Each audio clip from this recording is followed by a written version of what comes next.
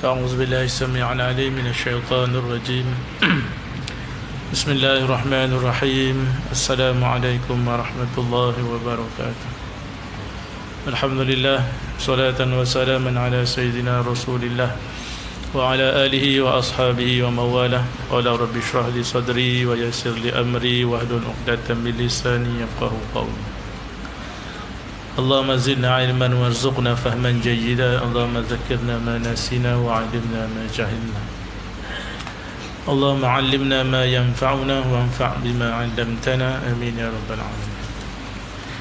Tuan-tuan yang dirahmati Allah Subhanahu wa taala, alhamdulillah, marilah kita bersyukur kepada Allah Subhanahu wa taala kerana pada malam ini kita dapat meneruskan kuliah kita dalam bulan yang mulia ini. Mudah-mudahan apa yang kita akan bicarakan pada malam ini akan memberikan manfaat dalam usaha kita untuk kita meneruskan pencarian kasih dan redha Allah Subhanahu wa taala. Apatah lagi dalam bulan yang mulia ini, mudah-mudahan Allah Subhanahu wa taala redha dengan apa yang kita lakukan dan sentiasa memberikan nikmat dan kemudahan dalam segenap perkara bagi memudahkan ataupun memungkinkan kita untuk melaksanakan tanggungjawab yang telah difardukan oleh Allah Subhanahu wa taala dengan sebaik-baik cara dan sebaik-baik keadaan.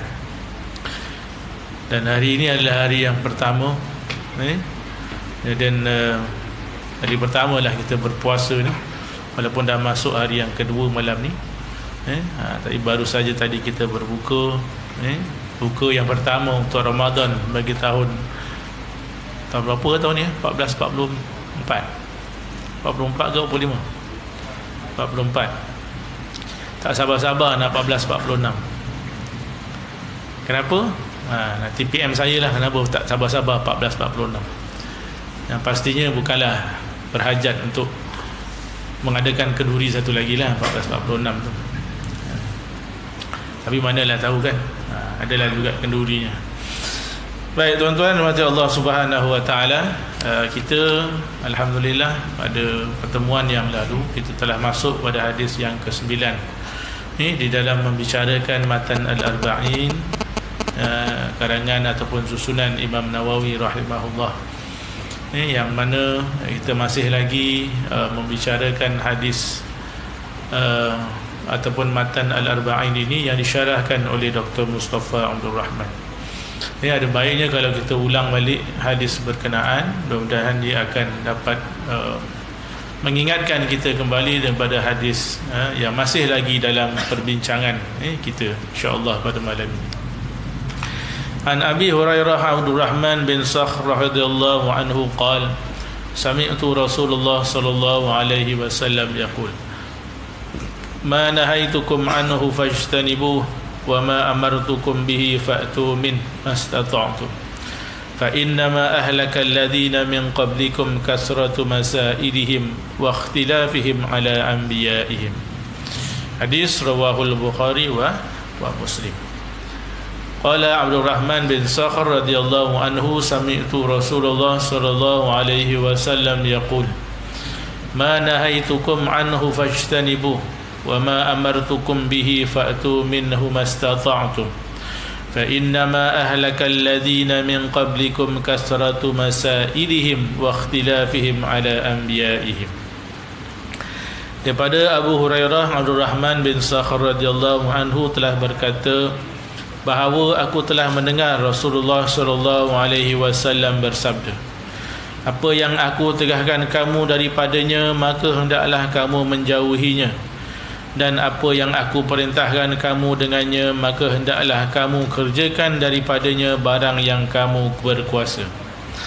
Sesungguhnya telah binasa orang-orang yang terdahulu yang sebelum kamu oleh kerana banyak segala pertanyaan mereka dan perselisihan mereka terhadap nabi-nabi mereka.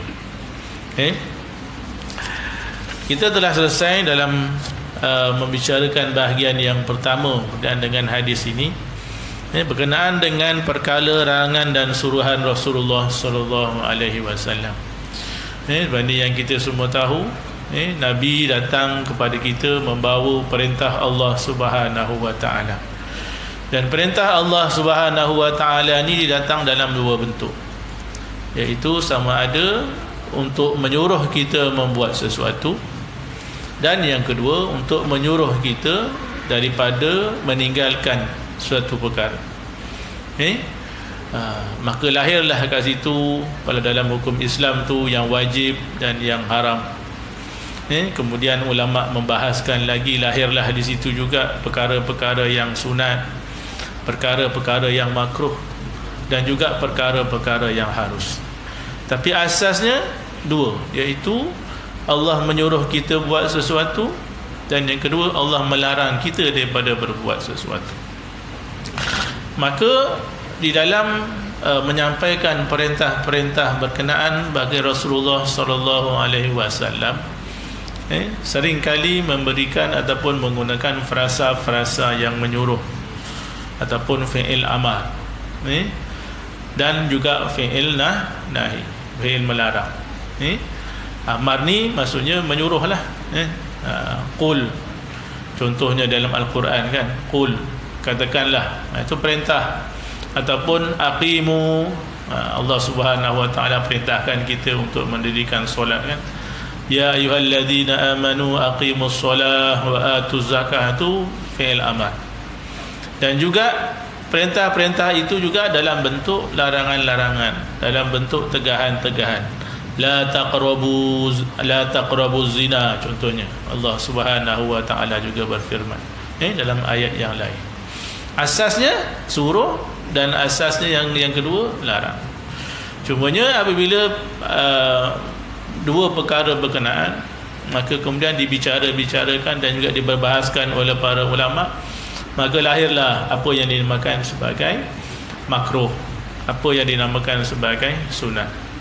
Perkara yang juga disuruh oleh Nabi, oleh Allah Subhanahu wa taala untuk kita membuatnya, dan diberikan ganjaran atas perbuatan berkenaan ataupun ibadah berkenaan, tetapi tidak berdosa kalau kita tinggalkan. Itu sunat kan? Tapi asasnya masih menyuruh, masih memerintahkan. Cuma tidak sampai level wajib. Kalau wajib tu memang tidak ada kompromi, kena buat. Tak buat berdosa. Sunat buat dapat pahala, tak buat tidak berdosa. Dan sunat itu pula terbahagi kepada beberapa bahagian. Ada sunat ab'adnya, ada sunat hay'ahnya, kan, dan sebagainya. Dan di situ juga lahirnya perkara-perkara yang makruh.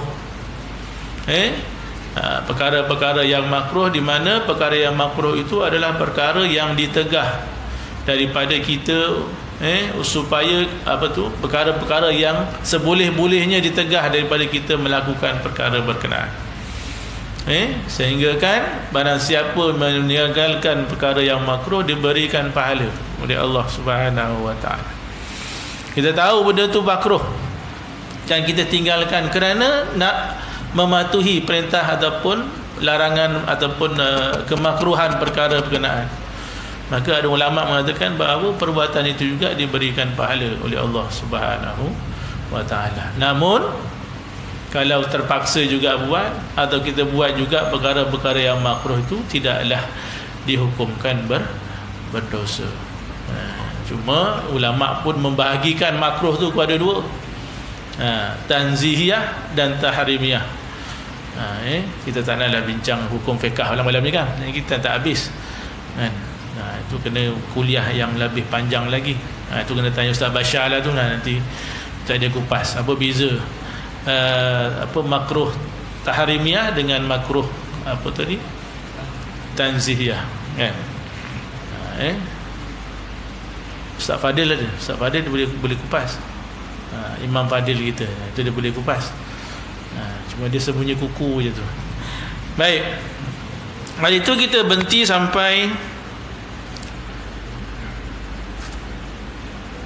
firman Allah Subhanahu wa taala yang berbunyi dalam surah apa tu, At-Taghabun. Minta maaf lah tuan-tuan, tertinggal cermin mata, kalang kabut tadi.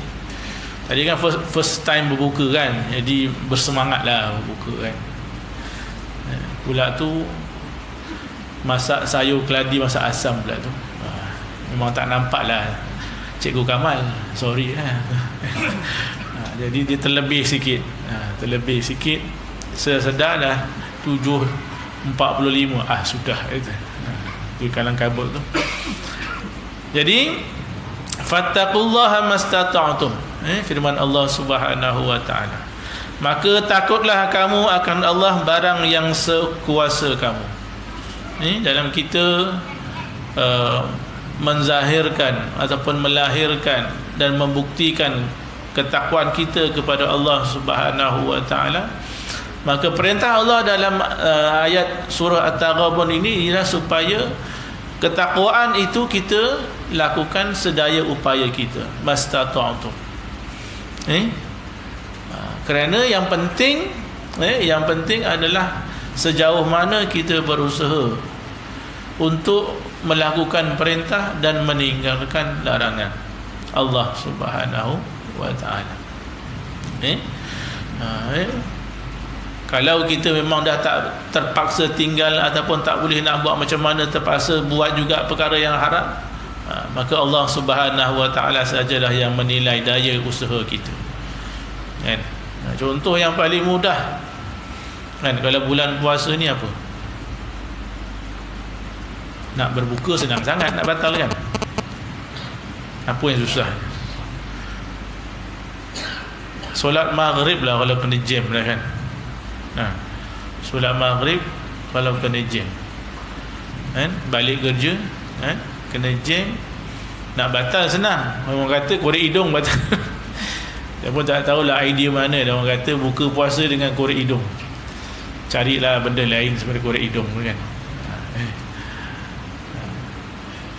Boleh ke buka puasa dengan korek hidung? Tak tahulah tuan-tuan, nanti bincang lah. Tu Haji Alim pun ada. Haji Alim pun dia arif juga tu kan. Tapi yang kita tahu, korek hidung tu dia membatalkan puasa. Batal puasa.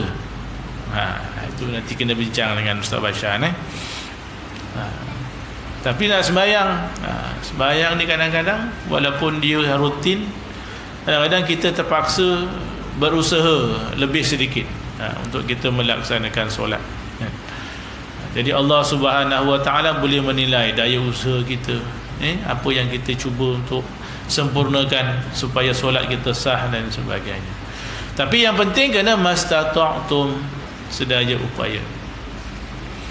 Selalu orang yang mudah bagi contoh ni orang perempuan sembahyang lah kan. Orang perempuan ataupun muslimah dekat Malaysia saja yang menyempitkan istilah menutup aurat nak solat ni. Mesti pakai telekung Khadijah. Contoh. Mesti pakai telekung kan. Padahal yang wajibnya hanya menutup aurat. Jadi kalau tak ada telekung macam tak sempurna lah sembahyang. Jadi baik tak payah sembahyang, nanti qada. Pakai tudung bawal boleh tak sembahyang? Dia tanya bapak-bapak ni. Tak tahu lah, kalau ada yang tak mengaku jadi bapak ni saya tak tahu lah kan. Tapi rasanya semua dah beristeri, cuma tak beristeri lagi lah kan. Pakai tudung bawal sah tak sembahyang?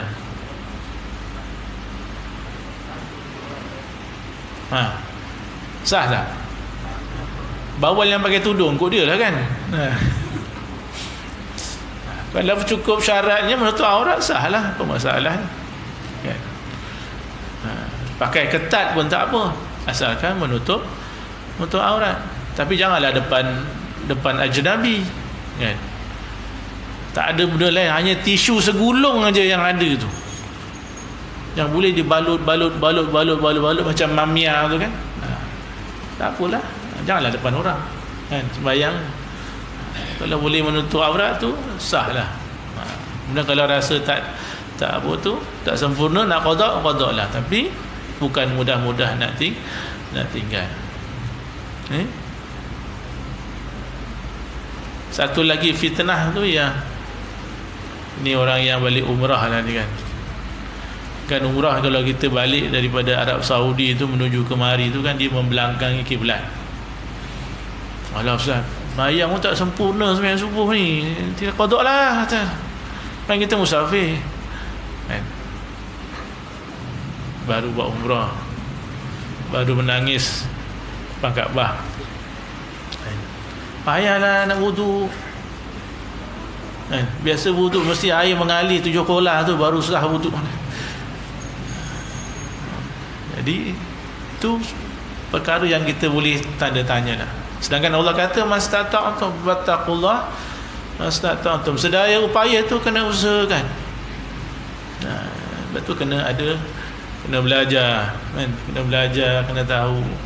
Kalau dah tak boleh tu, memang tak boleh tu macam mana pun kan? Ulama kata solat hormat waktu kan? Terlibat dengan kemalangan, berdarah habis apa semua tu kan, tak ada cara nak bersihkan, baju kotor apa semua tu, waktu maghrib nak habis, sembahyang hormat waktu. Tak, kita tahu dah kita tak boleh nak bersihkan darah najis dan sebagainya, tapi waktu dia nak habis. Jadi itu yang dimasukkan dengan mastata'tum. Allah akan melihat sedaya mana, sejauh mana usaha kita untuk kita memenuhi perintah Allah Subhanahu wa taala. La yukallifullahu nafsan illa wus'aha.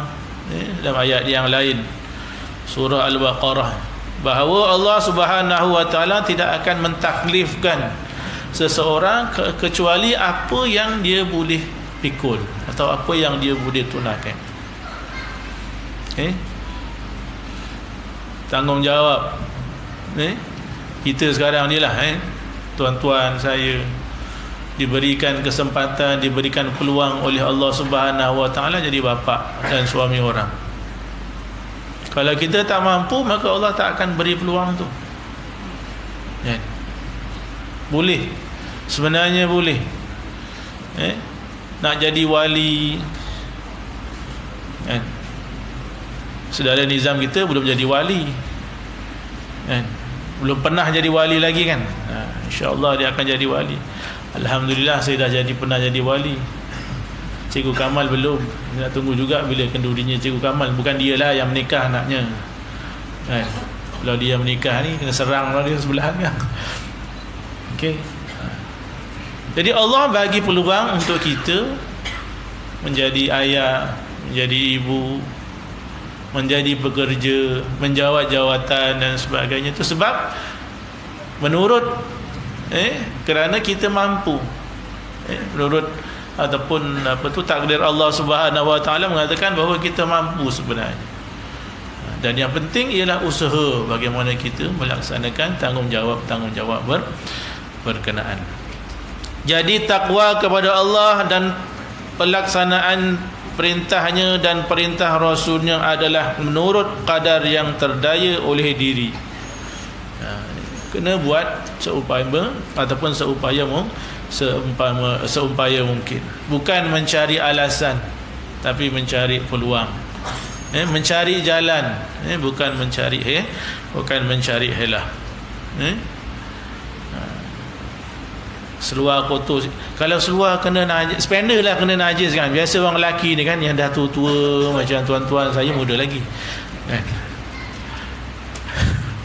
Tak mengaku tua tu, kadang dah terkucil tu kan, terkencing sikit lah dalam seluar dalam tu. So kita nak buat macam mana? Buang seluar dalam, basuh lah kan, pakai sejuk aircon kan. Seronok lah kan, yang kat bawah tu kan sejuk, biasa panas, tapi boleh usahakan. Tapi ramai pada kawan-kawan kita, bila kita begitu dia, alah seluar kotor lah, tadi kencing kena najis lah. Sedangkan usaha-usaha untuk menghindari perkara berkenaan tidak kita lakukan. Tak ada surau lah, tak jumpa surau, tak jumpa masjid, tak ada sejadah, pun jadi alasan untuk tidak menunaikan tanggungjawab. Tak sahur. Saya kalau sahur mesti minum susu Ustaz, kalau tak minum susu tak boleh puasa, tak cukup dengan air, tak cuba lagi. Kecuali memang dah dapat perakuan doktor dah kan, mesti minum Enlin baru boleh puasa. Tu tak tahulah kan kalau ada. Tapi menurut Dr. Mustafa Abdul Rahman kat sini mengupas dua firman Allah ini adalah dengan terdaya, dengan kadar yang terdaya oleh dirimu. Apa yang boleh kita buat, laksanakan, maka kita kenalah laksanakan sesuai dengan petunjuk dari ajaran agama. Akan tetapi usaha kita juga, itu hendaklah berpandukan kepada ajaran Allah Subhanahu wa taala, berpandukan kepada syariat Allah Subhanahu wa taala. Bukan sengaja buat peraturan baru, buat undang-undang baru, buat syariat baru dan sebagainya. Kan? Bukan suka-suka mentafsir ayat-ayat Allah. Kan? Macam yang baru ni, apa yang dekat Johor tu, ajaran Sihab tu kan. Tak jadi hijau pula ni orang ni Saya nak tunggu-tunggu juga dalam video tu kok jadi hijau kan. Bruce Banner. Siapa dengar dia punya video tu dalam muafakat tu kan. Nabi Muhammad tak ada kemaluan kan. Hebatlah ilmu dia kan. Betul cakap apa lagi? Khadijah mengandung kerana terpersona dengan kehebatan Muhammad, terus mengandung gitu. Lepas tu firman Allah surah Al-Ikhlas tu dia terjemahkan betul. Huwa tu sebagai Muhammad.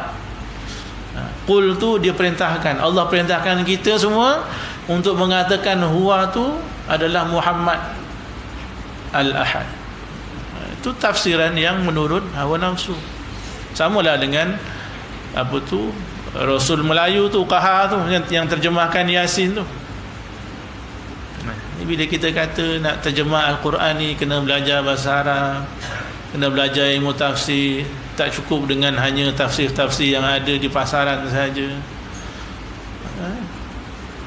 Inilah mereka inilah yang mencari jalan, mencari jalan.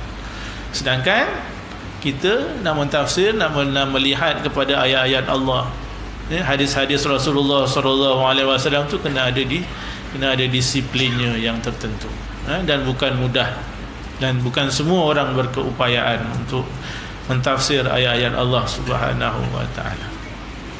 Dan bukanlah dengan meninggalkannya sama sekali. Kalau dah tak boleh buat, bukan hanya simply nak tinggalkan saja.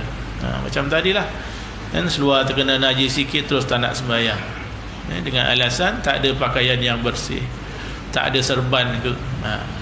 Ada ajaran pula sembahyang mesti pakai serban, sebab Nabi pakai serban, jadi kena pakai serban tu jadi rukun wajib lah pula. Itu tak ada ilmu lah tu. Dengan alasan tidak terdaya atau tidak kuasa oleh sebab yang tersendiri. Jadi kena usahakan juga untuk kita laksanakan tanggungjawab yang diperintahkan oleh Allah Subhanahu wa taala sesuai dengan keupayaan dan kemampuan masing-masing. Ulama fiqh dan hadis dalam huraian mengenai hadis Nabi yang maksudnya apabila aku perintahkan kamu dengan sesuatu, maka hendaklah kamu kerjakannya sekadar yang kuasa kamu, menjelaskan bahawa hadis inilah yang menjadi dalil yang menetapkan bahawa barang siapa lemah ataupun tidak berupaya mengerjakan sesuatu yang diperintahkannya itu semuanya, macam mana ni?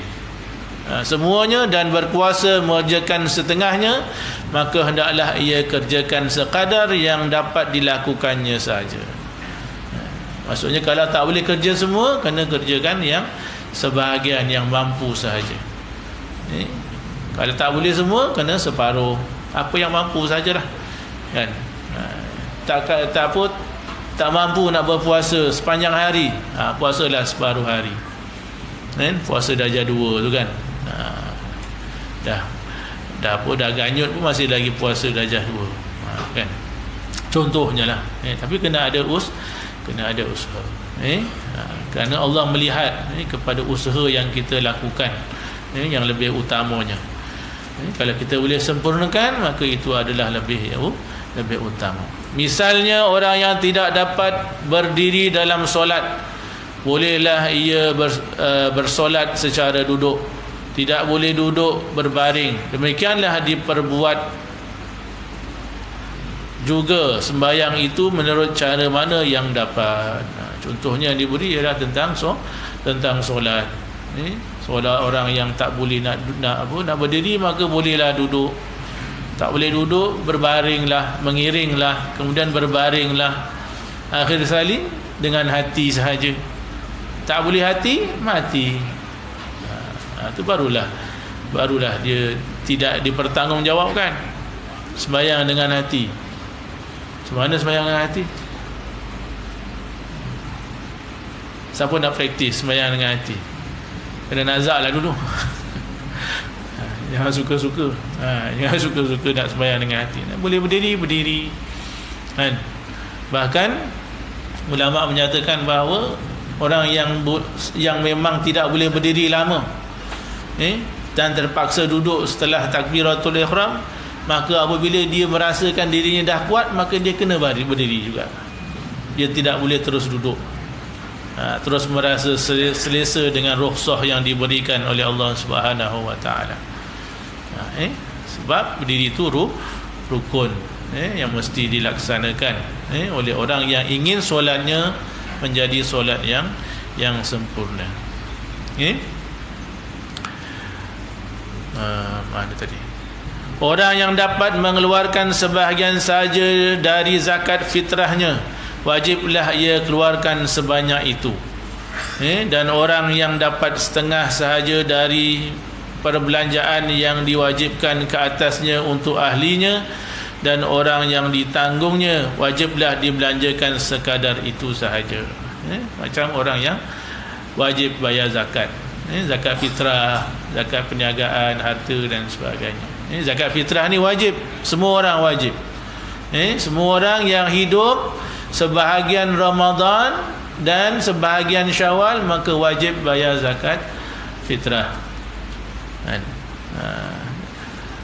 Kalau tak mampu, hanya sekadar apa yang mampu sajalah, tapi wajib bayar, kena bayar. Kecuali yang memang fakir, memang tak ada, nak makan pun tak ada, nak belanja tak ada, nak beri pun tak ada. Ini kalau menurut Dr. Mustafa Abdul Rahman, sekadar yang dia mampu, sekadar ada kelebihan setelah dia tolak perbelanjaan dengan ahli keluarganya dan sebagainya. Perbelanjaan ahli keluarga yang dimasukkan kat sini bukannya beli baju Melayu Aaron Aziz. Tak boleh ustaz, saya raya mesti Aaron Aziz. Kalau tak Aaron Aziz, sekarang ni siapa? Apa yang bersilat-silat tu? Baju Melayu Teluk Belanga tu siapa? Bukan Samsul. Alah, Melayu terakhir tu, Melayu terakhir pula tu, kan? Mesti pakai baju tu. Tak pakai baju tu rasa macam bogil pula. Bukan itu maksudnya perbelanjaan. Dia perbelanjaan yang wajib, asas makan minum dan sekadar. Jadi wajib juga untuk keluarkan sebahagian. Tak boleh penuh, sebahagian kena buat, kena laksanakan sekadar memenuhi tuntutan dan kefarduan yang telah ditetapkan oleh Allah Subhanahu wa taala. Tetapi orang yang dapat puasa setengah hari saja dan tidak berdaya menyempurnakan sepenuhnya kerana uzur, tidaklah dikendaki puasa setengahnya, sebab puasa dengan cara itu tidaklah dari perkara yang disyariatkan. Maksudnya tak boleh puasa yang yuk tu dia dah.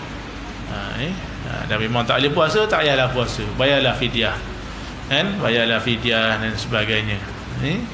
Kalau memang kerja berat sepanjang tahun, kan?